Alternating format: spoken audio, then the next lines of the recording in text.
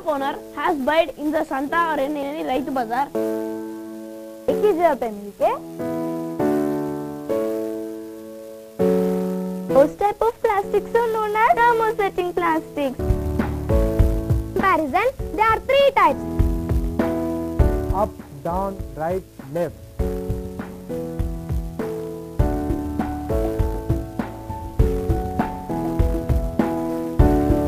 I am not inferior to anyone. We are Srija. We are top on the Everest. Congratulations. I want to be a leader.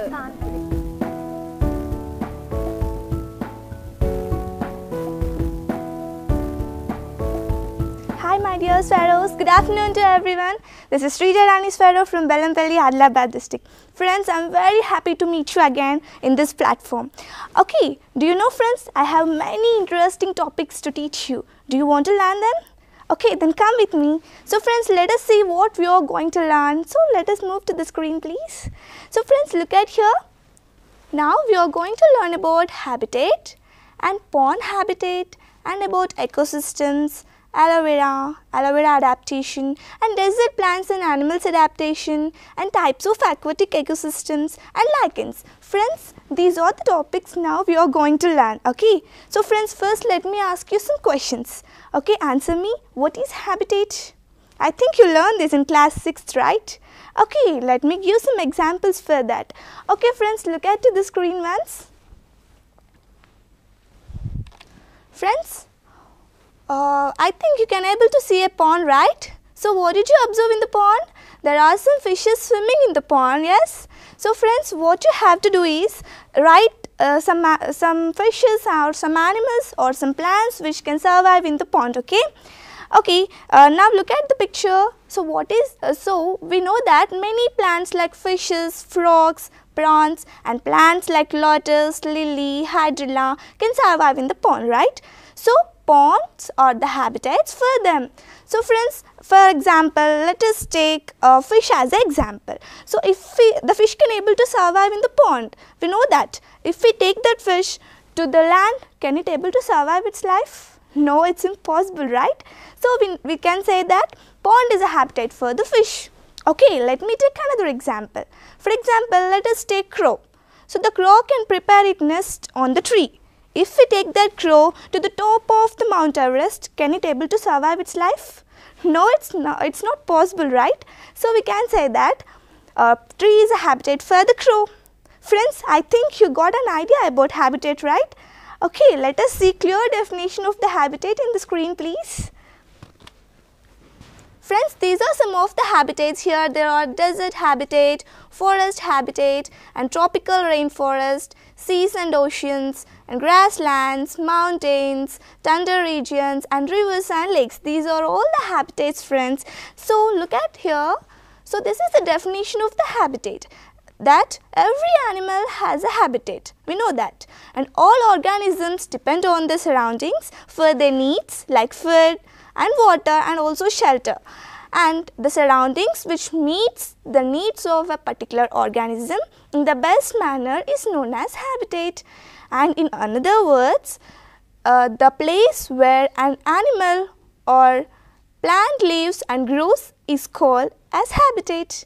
And a habitat is where an animal finds the food, water and shelter it needs to live. For example, a toucan's habitat is in the rainforest. So friends, I think you get a clear idea about habitat, right? So friends, okay, that's fine. So let us discuss about ecosystem. Friends, for example, let us take forest. Forest can be as a habitat and at the same time it is also called as ecosystem. Do you know how? Okay, let us discuss. Friends, do you know a great personality? He first coined the term ecosystem. So let us look at that. Friends, here the term was coined by A.G. Tansley. He used the term ecosystem in previously, and according to him, nature works as a system in which organisms and their communities are profoundly influenced by many non-living environments. Friends, look at these pictures. Here in the mountain there are many animals can survive, right?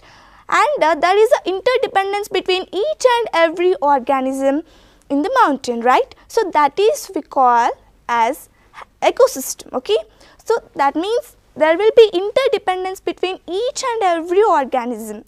So that is nothing but ecosystem. For example, let us take forest. So forest will become habitat because many animals can survive in the forest, right? And there will be so one animal will depend on another animal for food. So we can say that is also as an ecosystem. Friends, you know, there will be different adaptations in ecosystems also. What are the adaptations? What's mean by different ecosystems? I think these many doubts may arise in your mind, right? So friends, I am here to explain that, I am here to solve your doubts. So I think you got our topic right. So our topic is nothing but adaptations in different ecosystems. Okay, now let us learn about adaptations in different ecosystems. Friend, first let me clarify your doubt, what is adaptation. Okay, so let us take aloe vera as an example. Friends, I think girls pretty well know about aloe vera, right? Yes, it is a medicinal plant, and first let us look at the screen. So here we can see the picture of aloe vera. Here this is aloe vera, and friends, let me introduce about aloe vera first. Aloe vera is an ornamental plant and they are generally called as xerophytes. Friends, do you know which plants are called as xerophytes? There is nothing but the plants which grow in desert places, they are known as xerophytes. Okay, and nowadays these kind of plants are used as gifts for birthday parties and other occasions also. Do you know that aloe vera is also using as a gift for birthday parties and any other occasions. But friends, now we are going to learn about what is the adaptation of the aloe vera. By listening this, I have two doubts. So first thing is, aloe vera can able to survive in the desert areas also. At the same time, it can able to survive in our region. But how can it possible? How can it survive in the desert areas? That's my first doubt. And second thing is, if you observe aloe vera, some throne-like structures can be seen in the aloe vera, right? So, but why the throne-like structures there in the aloe vera plant? So this is my second doubt. So let us clarify that doubts. Let us try to answer those doubts. Okay. Okay. First thing is, it can able to survive in the desert areas. So what might be the reason? Friends, there is a reason. I think you got that right. Yes, I know that you will get the answer because you are sparrows. Okay. So let us think about that. Okay. So the aloe vera can able to survive in the desert areas because it can able to store water in its stem tissue. So when there is a scarcity of water or when the aloe vera plant needs water, it will use the water which is stored in its tissue. So that is why the aloe vera can able to survive in the desert areas also. Okay. So this is the adaptation of the aloe vera. And second doubt is, aloe vera have throne-like structures on its body. So why the throne-like structures is there in the body of aloe vera? So that is our second doubt, right? So friends, that throne-like structures will help the aloe vera to minimize the water loss from the body of the aloe vera. So that means it cuts the or it minimizes the water loss. Okay. Okay friends, this is the adaptation of the aloe vera. I think you may get an idea about adaptation, right? Okay, let us see some more examples. Let us see some examples of desert plants and animals adaptation. Please look at the screen. So friends, now let us discuss about desert plants and animals adaptation. Friends, here there are some animals like owl, camel, and some animals and plants can be seen here, right? So look at the next slide. So friends, now let us learn about the adaptation of desert plants. Friends, if you observe these pictures, we can able to see some desert plants, right? And if you observe it keenly, we can see some throne-like structures in its body. And if you observe here, the plant doesn't have leaves, right? So now let us learn about the adaptations of the desert plants. Friends, we know that desert is a place where there is no water available. That means there is a scarcity of water. But we also know that plants need water to survive its life because to prepare its foods, right? So, but how can it possible? The desert doesn't have plants, doesn't have water, right? So, what the plants can do? So, how can they survive? So, now we are going to learn that. So please look at the screen. So friends, these are some desert plants, and these plants store water in its trunk region. So that is why it can able to survive in the desert areas also. And friends, look at this. How do desert plants find water in desert? Friends, do you know that? We know that desert is a place where there is a scarcity of water. So we already learned that desert plants will store the water in its body or in the trunk region. But if there is no water, there is absence of storing, right? So there is no water in the desert. What the plants will do? It's amazing, right? What they can do? So let us answer that. So they will enlarge their roots up to great depths. If they can't find the water in the earth, at least they may find moisture, right? So they will utilize that moisture. That is why they can able to survive in the desert areas. So that is the adaptation of the desert plants. Do you got it? Okay. Friends, do you know interesting thing of a desert plant? So do you know about cactus? Yes, cactus is also a desert plant, but the cactus can able to survive in the Death Valley also. Do you know about Death Valley? It is nothing but it is also a desert. So that desert have high temperature. That means the temperature is very high in the desert. But the cactus can able to survive in the desert also. But what might be the reason? Okay, let us answer that. So the cactus will enlarge its roots up to great depths. So it can able to take some moisture. Friends, if you observe the cactus, it doesn't have leaves. So there is absence of leaves. So the transportation of gases will cut to minimum, right? And another thing is, it have spores or thorn-like structures on its body. So that is why the transportation does not take place. So that is the reason that a cactus can able to survive in the Death Valley also. Friends, I think you get an idea about desert plants adaptation, right? Okay, let us learn about desert animals adaptation. Friends, by hearing the word desert animals, one animal will come to our mind, right? So what's that animal? Okay, that's camel. Camel is a sheep of the desert, right? Okay, now let us learn about camel. So friends, look at this slide. So this is the sheep of the desert, and what might be the adaptation of this camel, friends? Okay, let us learn that. So in the hump stores fat for later use. Do you know, friends, here this is the hump region in the camel. So it stores food or fat for later use. And friends, do you know another interesting thing? The camel has huge stomach. So in its stomach, it will store food and water. So when the camel needs food, it bring back that food to its mouth and it will chew again and it send back to the stomach. And the second thing is, it have long eyelashes. The eyelashes protect its eyes from the sand. We know that the desert is full of sand, right? So the eyelashes protect its eyes from that sand. And another thing is, nostrils closes voluntarily to protect from blowing sand. Do you know that? So this is an interesting thing of camel, right? Okay, another thing is, it have long legs. So that long legs keeps the body away from the hot ground. So friends, these are the adaptations of the camel. Okay, so now let us learn about some more adaptations of the desert animals. Do you know about sidewinder snake? Okay friends, let us discuss about the adaptations of the sidewinder snake. Okay, so look at this, friends. So this is the sidewinder snake. So do you know what is the adaptation of the sidewinder snake? So the snake press small amount of its body against the hot sand.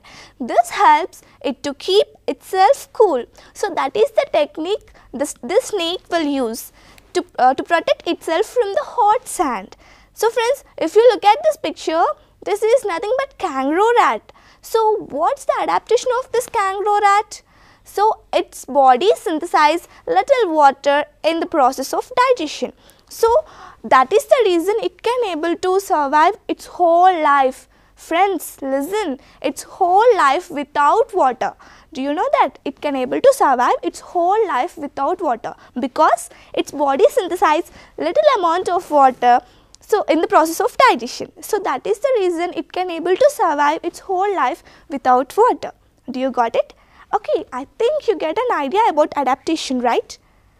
Okay friends, let us see a clear definition of the adaptation. So friends, look at the screen once.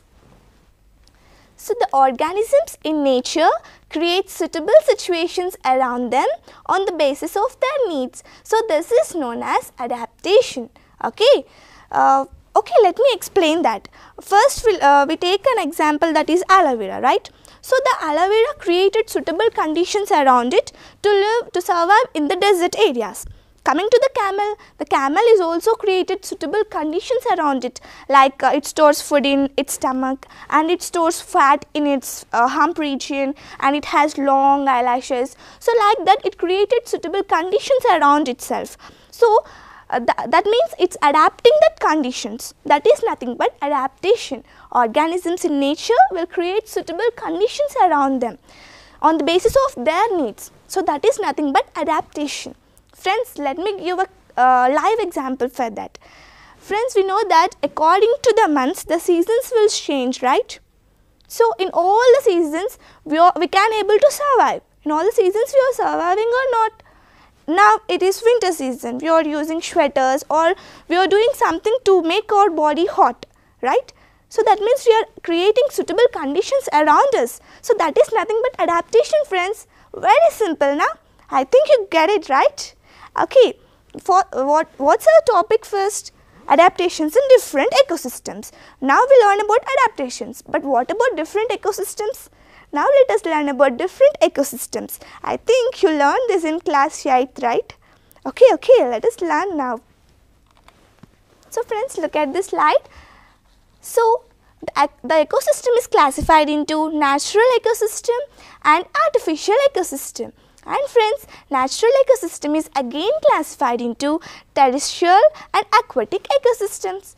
And again the terrestrial ecosystem is classified into grassland ecosystem, forest ecosystem and desert ecosystem. So friends, keep them aside. Now let us look at the aquatic ecosystems. Aquatic ecosystem is classified into marine water ecosystem and freshwater ecosystem. Okay, now let us learn about the aquatic ecosystems and what are the water bodies in the aquatic ecosystems. Okay, so look at this slide, friends. So here there are types of aquatic ecosystems. Here first one is freshwater ecosystem. And what are the water bodies in the freshwater ecosystem, friends? Standing water like lakes, ponds and moving water like rivers, streams. So these are the water bodies in the freshwater ecosystem. So next one is marine water ecosystem. So let us learn what are the water bodies in the marine water ecosystem. They are nothing but shorelines, barrier islands, coral reefs and open oceans, and simple examples like oceans and seas are the examples of the marine water ecosystem, right?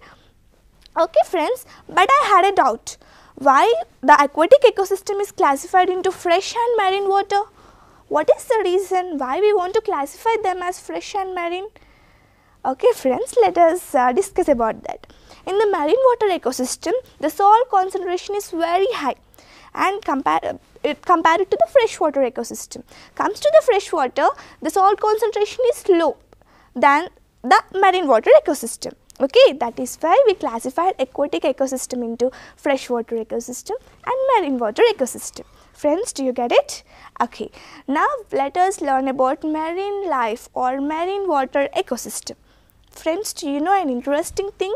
When our earth is organized, in those days there is no rains, there is no water at all in the earth. So after million of years it starts raining. So in those days we doesn't born, right? Before the human beings, some animals was born on the earth. So along with the rainwater, those animals was moved from the surface, from the land to the, along with the water to the oceans. So they created, so those animals created suitable conditions around them to live in the water or in the oceans. Okay, so let us learn what are the adaptations of those animals and what is secret in swimming. So friends, we can't swim like the fishes, right? So let us learn what is the secret in swimming. Okay friends, let us grab that secret, let us reveal that secret. Okay friends, we know that swimming is a fundamental characteristic of the aquatic animals or the marine life, right? So some fishes may be air breathing surface dwellers like us. They are air breathing surface dwellers like us. So for example, seals and blue whales, they will dive up a mile into great depths. They will swim there. So what's the reason? How can they swim? Friends, let us learn that. Okay. So first let us take seal. Okay. Seal will dive up a mile and come back to the surface, and it takes the oxygen in the which is in the air, and it again goes back to the water, and it will swim in the water, right? Okay. So but what might be the reason for that? Friends, do you know interesting thing about seal? So instead of fighting with pressure, they let it collapse its lungs completely. So some little amount of oxygen which is remain in its lungs, that oxygen will used by the seal. So friends, look at the screen once. So here this is the seal, and this, instead of fighting with pressure, they let it collapse their lungs completely, and some oxygen will remain in their lungs, but they mostly stores it in their muscles, and where it is needed, their muscle tissue contains much higher concentration of oxygen binding chemicals than ours. So that is the reason, friends. Do you got it? Do you get the secret of the seal?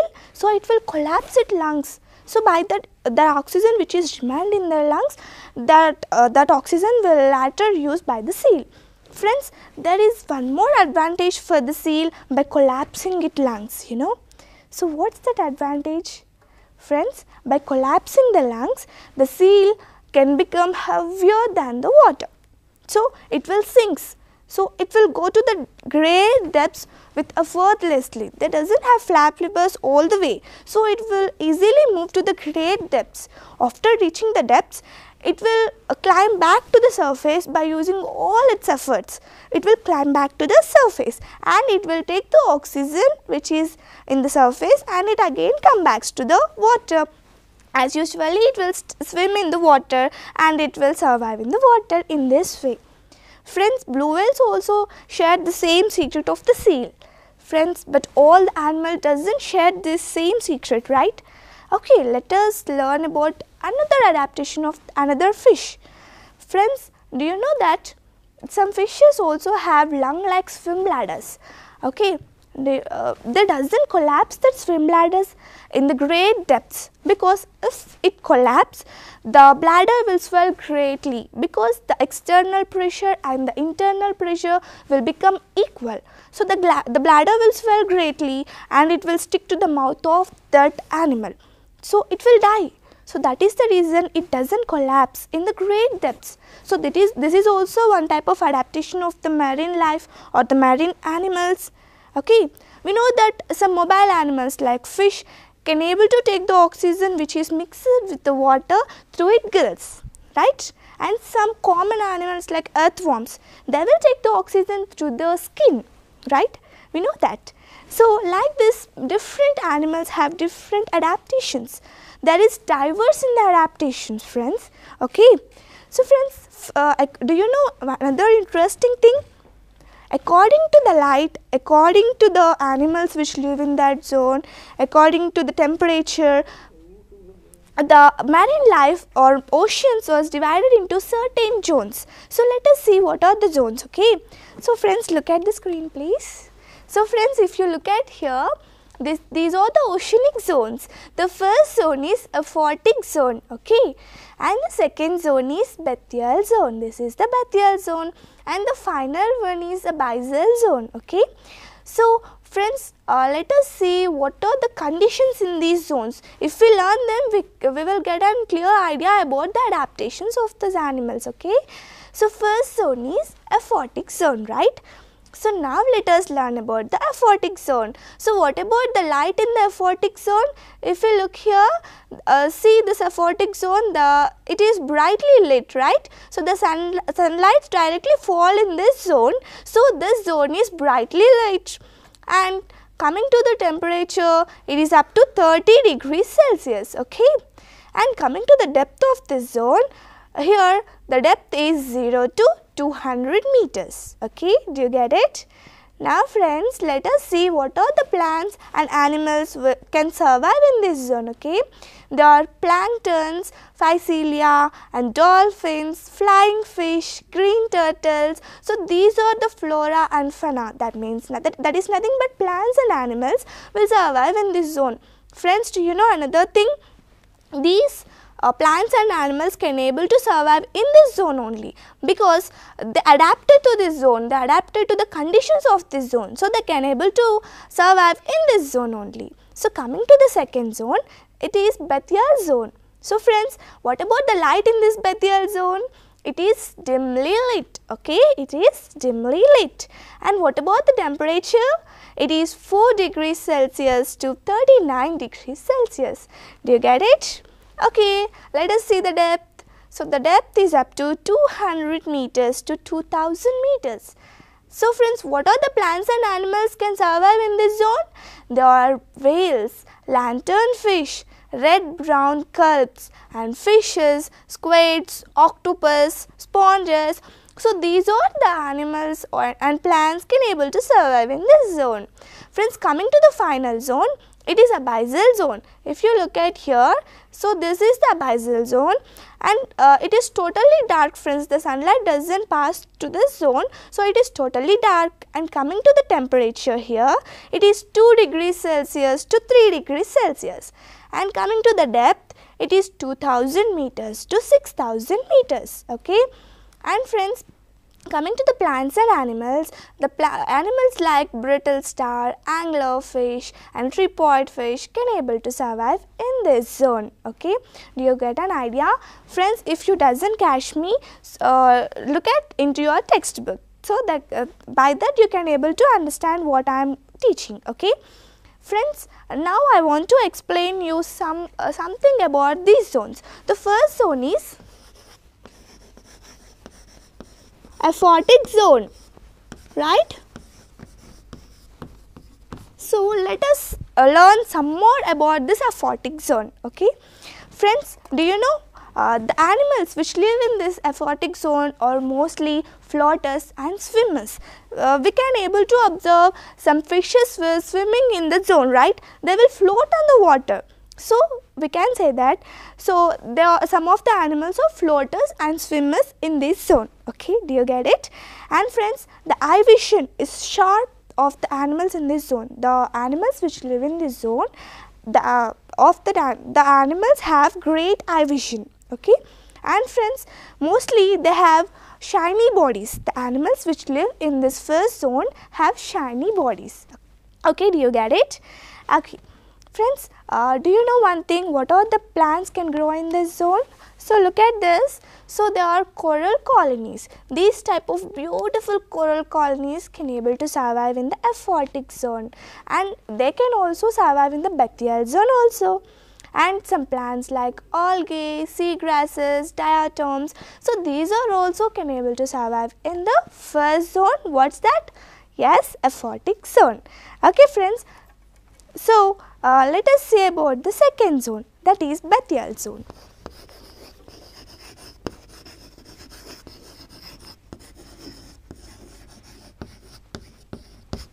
Okay. So friends, once move to the slide.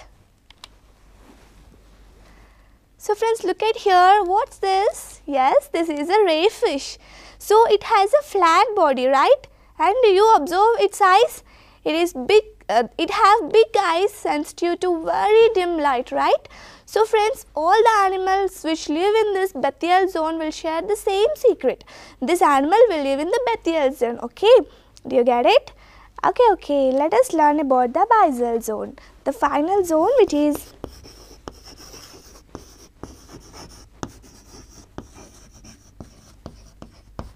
okay. Now let us learn about the adaptation of this abyssal zone according to the light penetration. Friends, do you know one thing? This final